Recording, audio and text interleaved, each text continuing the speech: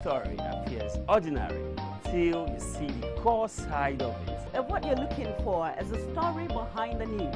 We bring it to you from Lagos, the commercial capital of Nigeria. Giving you all sides and political stories round the clock. Every detail from the start line to the final whistle.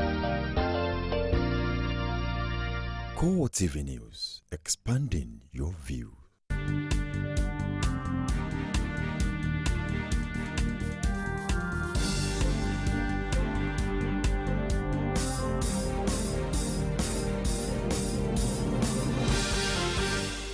Hello there, thank you for joining us on CoreTV Primetime News. I am Frank Omalape. In our top stories tonight, Ahmed Zana, All Progressive Congress Senator-elect representing Borno Central, is dead.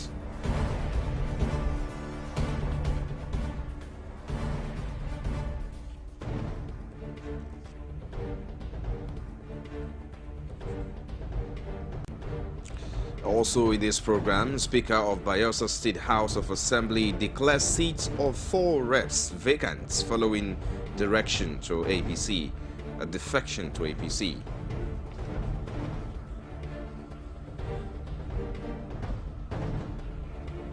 And female suicide bomber strikes Yobe, kills 7, several injured.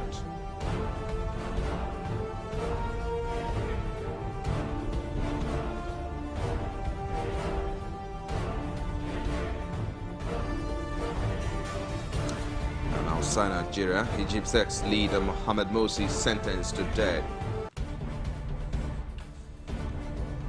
Thank you for joining us again. We'll begin tonight as we'll bring you the news of the All Progressive Congress, the re-elected senator representing Borno Central Senatorial District in the National Assembly, Ahmed Zana, who is now dead. The 60-year-old ranking senator, who will have been inaugurated along with 108 others in the 8th Senate, died after a brief illness in a yet-to-be-confirmed hospital within Nigeria. Zana is the 5th senator who had died in the 7th Senate. Those who had died so far included Senators Gian Dacton of PDP Plateau North, who died in 2012, Pius Ewerido, PDP Delta Central, who died in 2013, Uwais Ukuta, PDP Niger East, who died in 2015, and Uche Chukwumerije, PDP Abia North, who also died last month. And away from that now, the Bayelsa State Speaker of the House of Assembly, Kombowe Benson, had declared the seat of 4 members who defected to the All Progressive Congress vacant. The decision was made by the Speaker after the 4 lawmakers declared their decision to join the APC. After the declaration by the Speaker, the State Governor, Seriake Dixon, described the decision as a step in the right direction. In a statement, the Governor insists the action of the State Legislature was not only constitutional, but will also instill party discipline and sanitize the polity. Governor Dixon condemned the practice of carpet crossing at will by politicians without recourse to the parties under which they were elected into positions. He stressed that it was no longer acceptable under a thriving democracy. According to him, the State Assembly's decision will set the pace and show the direction of the new PDP in the state. A female suicide bomber has detonated the bomb at a central motor park in Damaturu, Yobe's state capital, killing 6 and injuring 27 others. The attack was at the popular Ray Bayantasha Market motor park in Damaturu. According to an eyewitness account, security men had the entry and exit of the park were conducting search on both commuters and traders when a girl of about 10 years old refused to be searched and immediately detonated the bomb concealed under her hijab, killing her, the security agent, and 3 other persons, while many others injured. Security agents also discovered 3 IED cylinders that were later removed by the anti-bomb squad of the Nigerian police before venue of the incident was cordoned off. As at the time of filing this report, medical and security personnel were busy evacuating victims to the hospital. And now Maiduguri residents on Saturday appealed to the management of banks operating in the city to restock their automated teller machines to allow more residents to access their money when it needed. The resident appeal followed a 24-hour curfew imposed on the state capital by the 7th Division of the Nigerian Army after Wednesday foiled Boko Haram attack. They said most of the bank's ATMs in the town were not dispensing cash to customers, a situation which they say exposed many to untold hardships. They then urged banks in the state to restock their ATMs to reduce the people's hardship. Meanwhile, the 7th Division of the Nigerian Army had on Saturday relaxed the curfew imposed on the state capital. A statement issued by the spokesman of the Army, Colonel Teku Gusau, stated that the curfew was now from 5 p.m. to 8 a.m. until further notice. The Cross River State Police says it has arrested members of some cult groups who have been terrorizing residents of Calabar South local government in the state. This arrest follows a deadly clash between rival cult groups identified as Vikings and Scorpions. The clash is said to have claimed lives and properties in the region. Addressing journalists at the state command, the state police public relations officer Horgan Bassey revealed that the command has made the arrest of no less than 40 suspected cultist kidnappers, once chance operators and armed robbers at different locations in the state. He also claims most of the paraded suspects were arrested with dangerous weapons that included locally made pistols and RCs, fake paper prints in form of money, as well as other deadly weapons. Bassey reiterated the police readiness in checkmating the excesses of these groups and create a conducive atmosphere for business to thrive in the state. He maintains that the command is partnering with other security agencies and increasing their visibility policing, intensive foot and vehicular patrols to keep criminals on their toes. The Catholic Archbishop of Jos Archdiocese, who is also the chairman of the Catholic Bishops in Nigeria, Ignatius K. Ghana, has called on Plateau ethnic nationalities to embrace peace and live with one another irrespective of their tribes or religious differences. Bishop K. Ghana made his passionate appeal in Riom local government area of the state during the flag-off distribution of relief materials to the internally displaced persons in Riom local government area by the Social Justice and Human Development Initiative in collaboration with Christian Aid Plateau State. Kegama added by saying that church assistance was necessary because of the suffering the people are going through, hence there is need to support the brethren to impart into their lives. And now the Federal Accounts Allocation Committee has accused the Nigerian National Petroleum Corporation (NNPC) of failing to pay the sum of $1.48 billion into the Federation account as directed by PricewaterhouseCoopers in its audit of the corporation's accounts. At its last meeting, FAC had constituted a committee to find out the reason for the delay in making the funds available to 3 tiers of government. This contradicts claims by the Minister of Petroleum Resources, Daisy Anyalisi Madueke, that the NNPC had begun refunding the money into the Federation account as recommended by the audit firm. PwC was last year hired to carry out the exercise following an allegation by the former governor of the Central Bank of Nigeria, Lamido Sanusi, now the Emir of Kano, that $20 billion had not been remitted to the Federation account by the NNPC. And now the African Peer Review Mechanism says the 2011-2015 development plan initiated by the President Goodluck Jonathan administration had failed to improve the nation's economy and the well-being of Nigerians.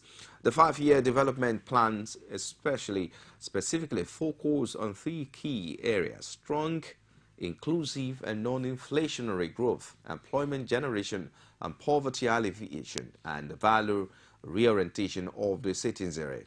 But the association, the agency, in a statement in Abuja says while the plan looked good on paper, it has not succeeded in producing significant improvement.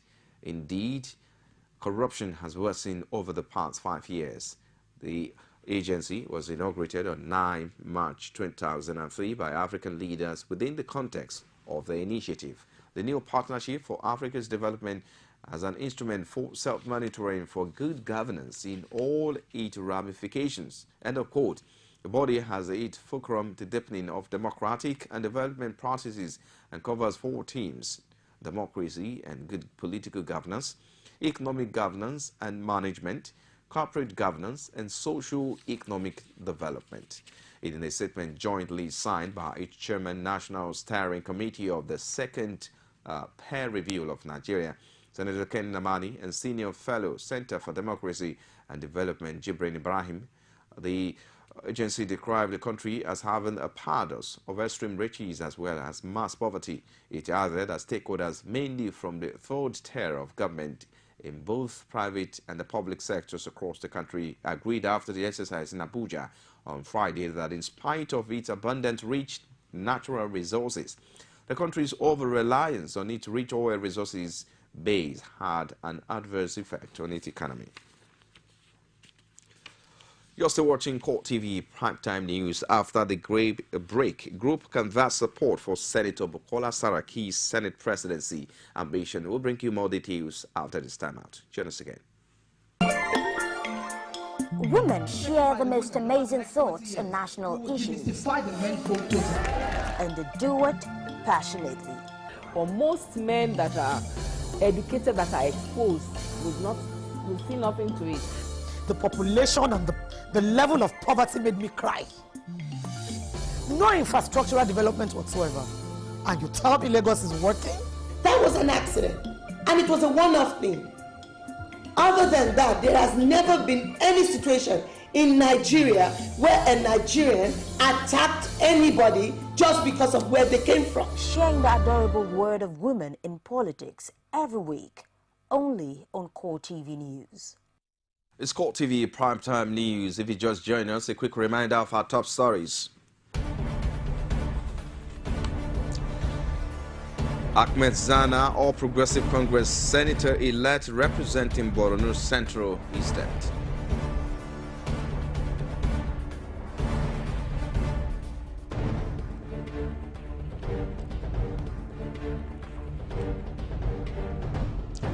Speaker of Bayelsa State House of Assembly declares seat of 4 reps vacant following defection to APC.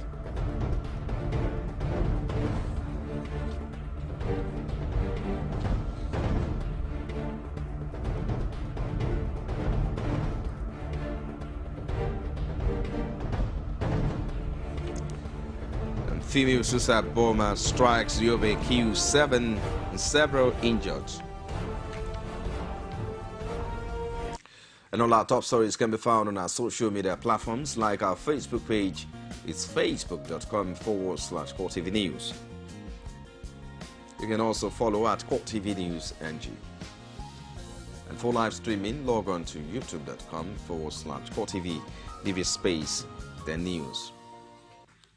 And our Kwara North Grassroots Solidarity Forum, which comprises of the entire members of Yoruba non-speaking people in Kwara North and suburb of Kwara Central, has enlisted a support for the Senate President's ambition of Senator Bukola Saraki, describing him as one of the pillars that sustained the present democracy in Nigeria.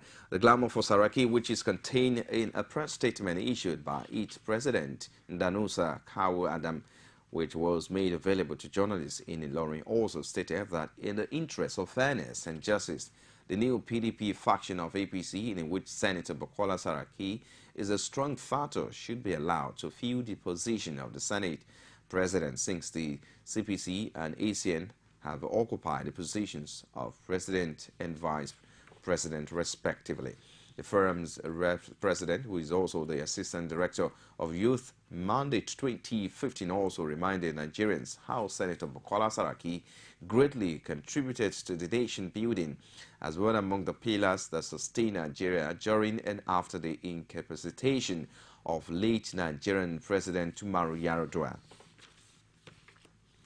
And now the clash that broke out between the officers of the National Drug Law Enforcement Agencies, cannabis dealers and smokers in Ilorin has left many with gory tales, while the mile lasted loss of lives and property was recorded.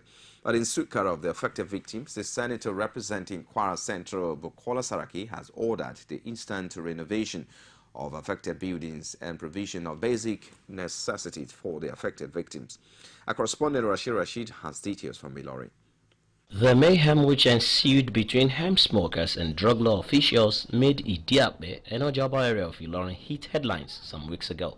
With its attendant effect on the people whose property were destroyed, there is practically no one to be held responsible for the damages. But the story of these people changed with the visit of Senator representing Kwara Central, Bukola Saraki, where he ordered immediate renovation of the affected buildings alongside generous donations for the people. Saraki praised efforts of the state government in quelling the crisis, but calls for a special law against illicit drugs and its dealers in whatever guise. And the state government looks as if they are taking all action to ensure that this is maintained, that it's not just a temporary phase, that is permanently restored to this calmness in the town.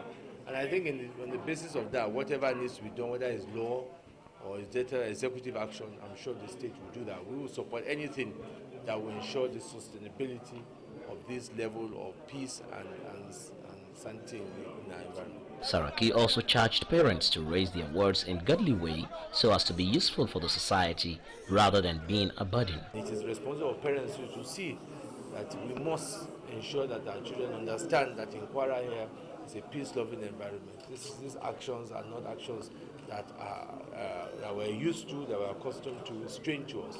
And as such, we have the responsibility to ensure that our children behave in a manner that is acceptable.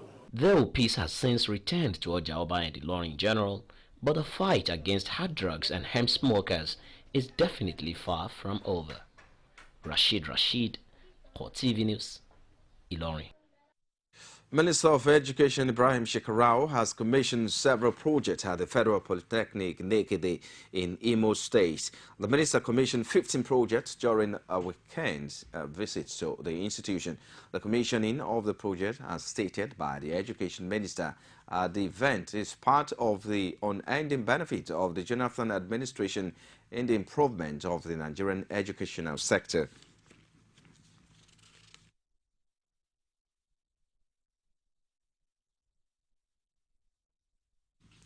Now, the Parliament of the Economic Community of West African State has described as unfortunate and uncalled for the crisis in the East Africa nation of Burundi. The ECOWAS Parliament's verdict came just as the Council of Ministers of the sub-regional body expressed deep relief and profound commendation for the government and people of Nigeria over the recently concluded peaceful general elections. Speaker of the ECOWAS Parliament, Ike Ekweremadu, stated these are the 74th ordinary session of the ECOWAS Council of Ministers in Accra, Ghana. Ekweremadu, while lamenting the Burundi uprising, maintained that both constitutionalism and submission to the will of the people were fundamental to the peace, stability, and deepening of democracy in Africa. Meanwhile, while declaring open the 74th ordinary session of the ECOWAS Council of Ministers, the president of the ECOWAS Commission, Kadri Odrago, said President Goodluck Jonathan administration and Nigerians had made Africa proud. In an address read by the Vice President of the Commission, Toga Sitosh, Ogadogo says the presidential election in Nigeria ended on an exemplary note and was held by all, even those far beyond West Africa's shores. He commended Jonathan and General Muhammadu Buhari for the excellent victory delivered to the Nigerian people. Plateau State Governor-elect Simon Lalong has inaugurated a 160-member transition committee with the charge for them to be patriotic and carry out their responsibilities. Lalong noted that a large number of the committee members is deliberate and urged them not to be confrontational in their approach while carrying out their duties. The governor-elect also thanked all those who led the Congress to the victory, most especially the campaign directors. Responding on behalf of the members, Chairman of the Transition Committee, Plateau State, Deputy Governor-elect Sonny Chioden appealed to members to work selflessly, noting that the assignment is time-bound. Chioden assured them that they will make recommendations that will guide the incoming administration Earlier, the All Progressive Congress chairman in Plateau State, Latem Dabang, while presenting the transition committee members to the governor-elect, announced the intention of the campaign organization to give way to the transition committee to operate. Osun State chairman of People's Democratic Party, PDP, Ganiu Olaoluwa, has been asked to retract and tender a reserve apology within 7 days. They claim that one of the sons of Governor Alpha Aregbesola, Abdulkabir, was arrested for money laundering at Murtala Mohammed International Airport in Lagos. The solicitor to Abdulkabir Ajibola Basiru, in a letter addressed to the PDP chairman, said that the retraction and apology must be done in at least 2 national dailies with a wide circulation, adding that failure to publish the said retraction with an apology within the said period may leave his client with no alternative option than to seek legal redress with its amendment consequence. The reluctance of the National Assembly to harmonize the Oil Pipeline Acts with the Miscellaneous Offences Act as well as the Petroleum Distribution Act has been identified as a major setback for Nigeria's effort at combating petroleum pipeline vandalism and oil theft. This is said to be hindering growth in the downstream sector of the petroleum industry, thereby engendering criminal tendencies, especially in areas susceptible to the act of vandalism. Our correspondent Olajumake Olatunji in this report takes a look at the continuous act of sabotage despite all reported measures to combat it. For over a decade, vandals of oil pipelines and crude oil thieves have thrived despite all recorded efforts by the government. With oil and gas being the nation's major cash cow, those criminal activities have left an indelible mark on the country's ailing economy. The activities of pipeline vandals in the country have led to the loss of 712,776 metric tons cubic meters of premium motor spirit, also known as petrol, in the last 4 years. The 5 major spots where vandals carry out their nefarious activities include Gombe, Kaduna, Mosimi, Port Harcourt and Warri. The year 2015 has not been left out, with recent happenings in Majidu and Ishawo, axis of Ikorodu in Lagos State, Arikpo and Ogere, axis of Ogun State. Though the government says it is committed to the protection of these national assets, there are strong indications that activities of vandals in most parts of the country have remained unchecked. I do not know how it will be difficult for us as a nation to prevent things like this from happening. I've even said it the other time that even if they allow the governors, I can speak for myself,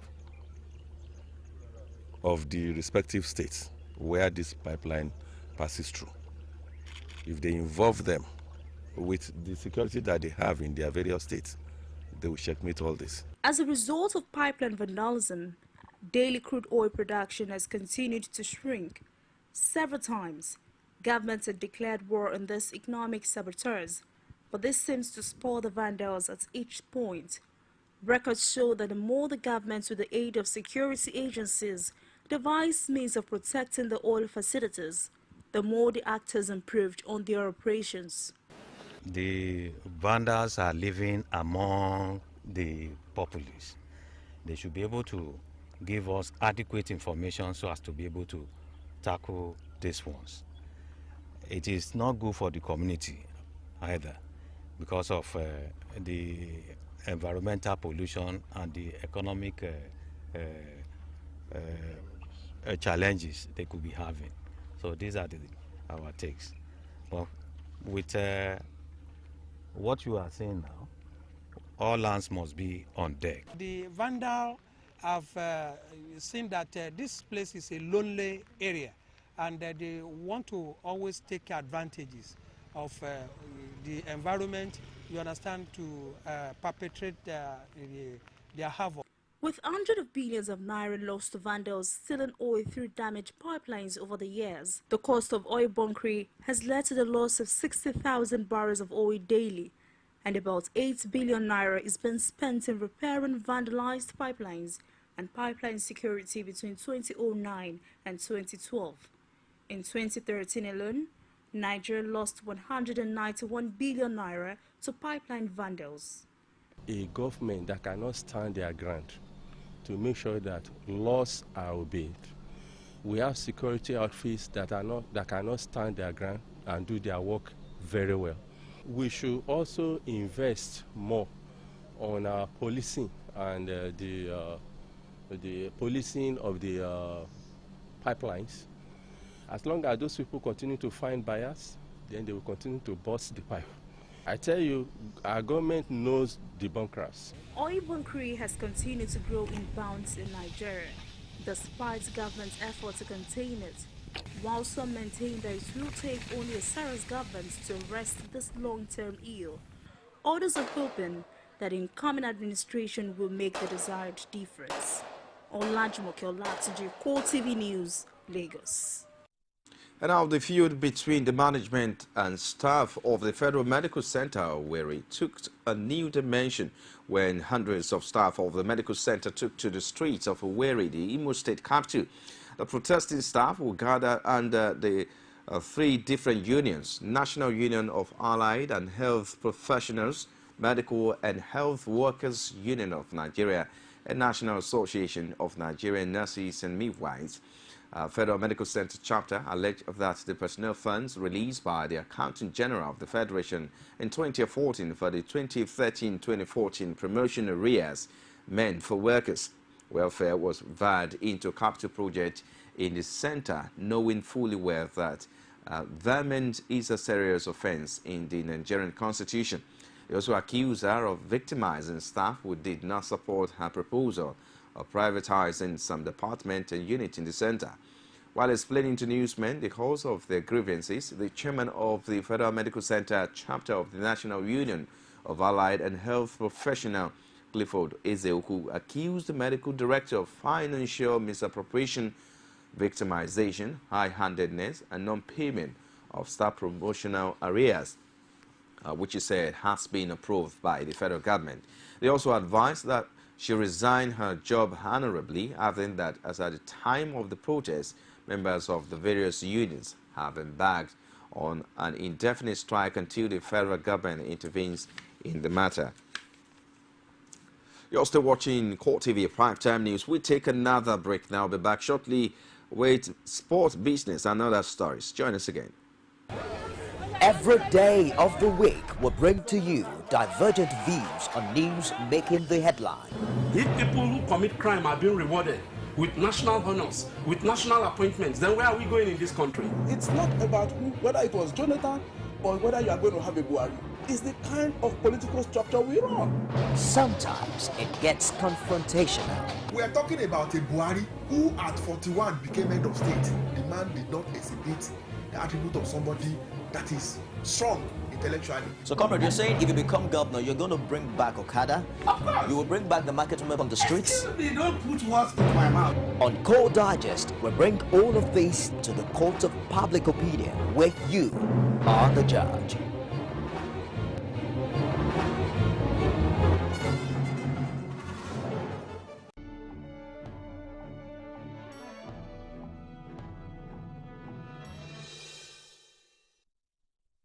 And in business tonight, the Nigerian Aviation Handling Company and the Association of the Nigerian Customs Licensed Agent has said over 70% of cargoes coming into the country by air will henceforth attract a 20% increase in tariff.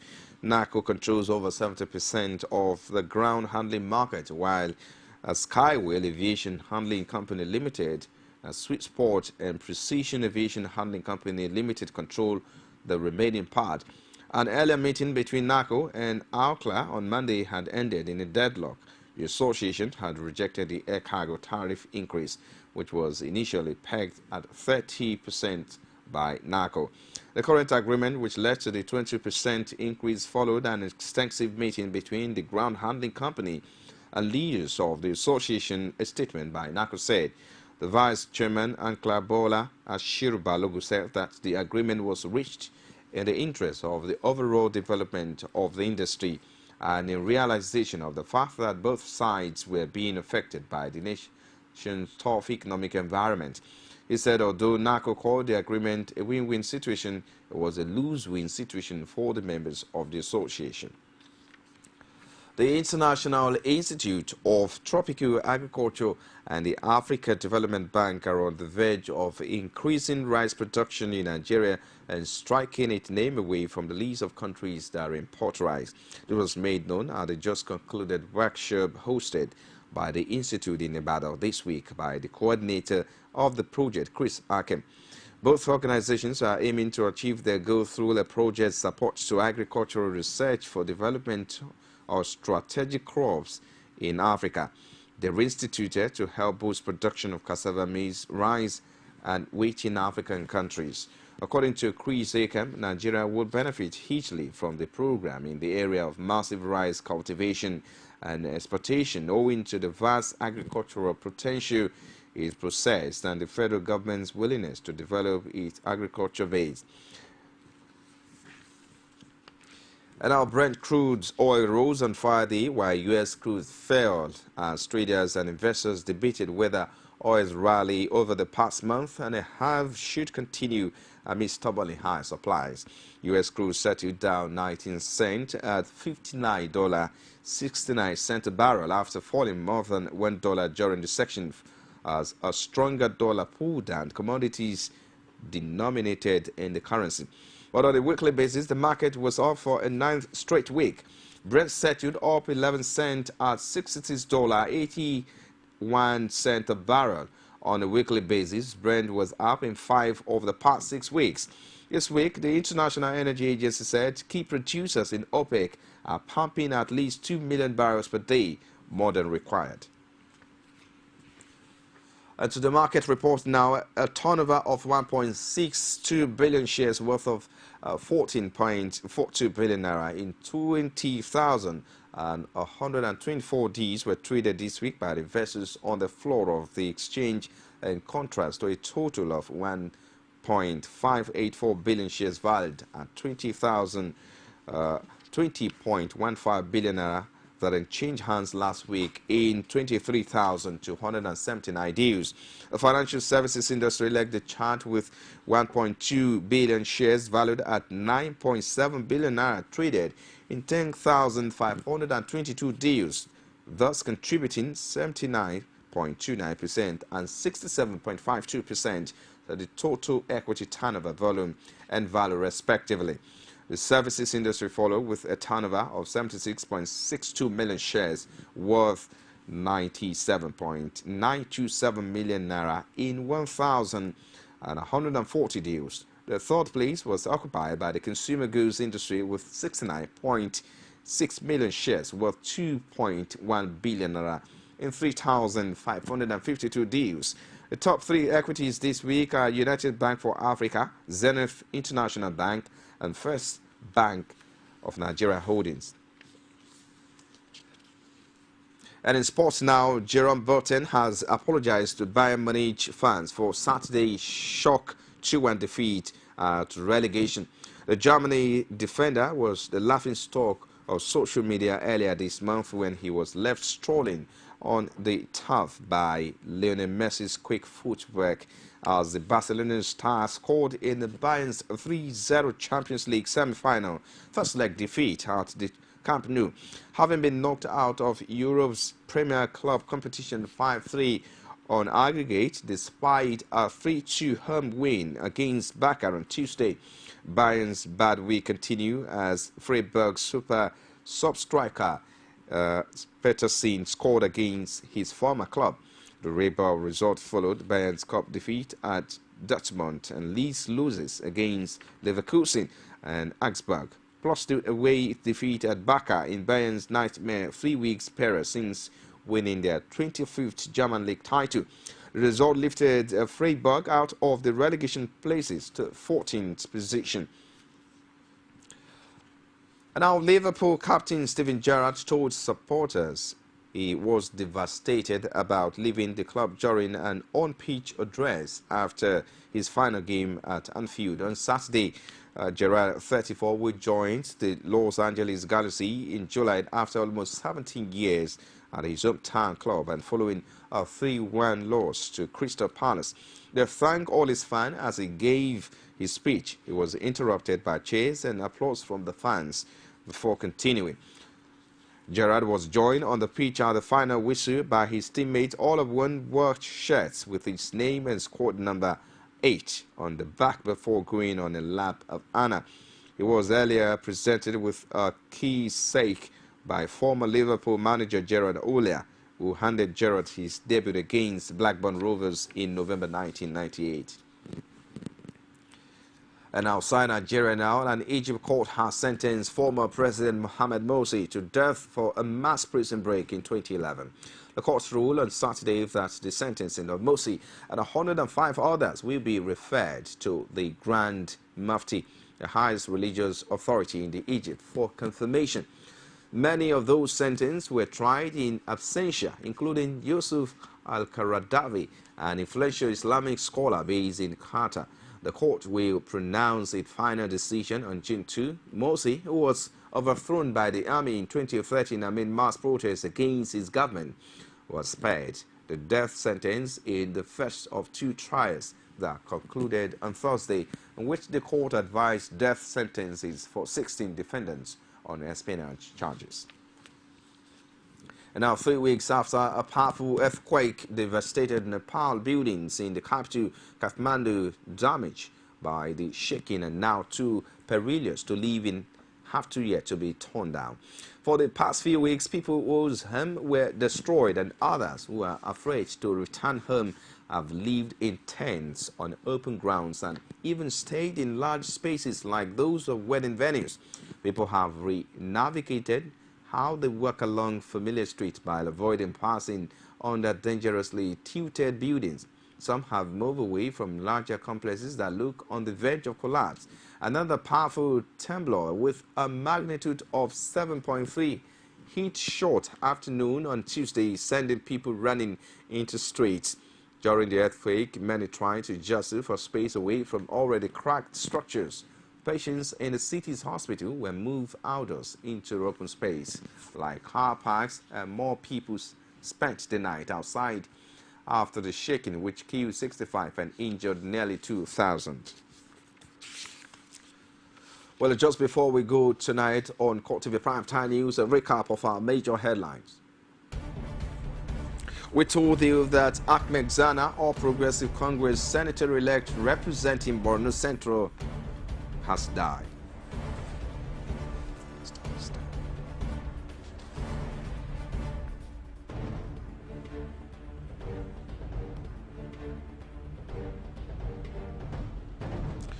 We also told you that Speaker of Bayelsa State House of Assembly declares seat of 4 reps vacant following defection to APC.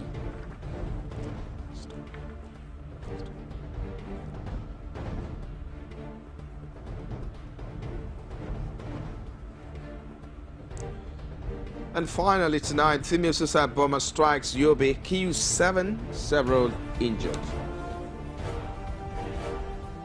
And that'll be all on CoreTV Primetime News tonight. Many thanks for watching. On behalf of the entire news crew, I'm Frank Omalape. Bye for now.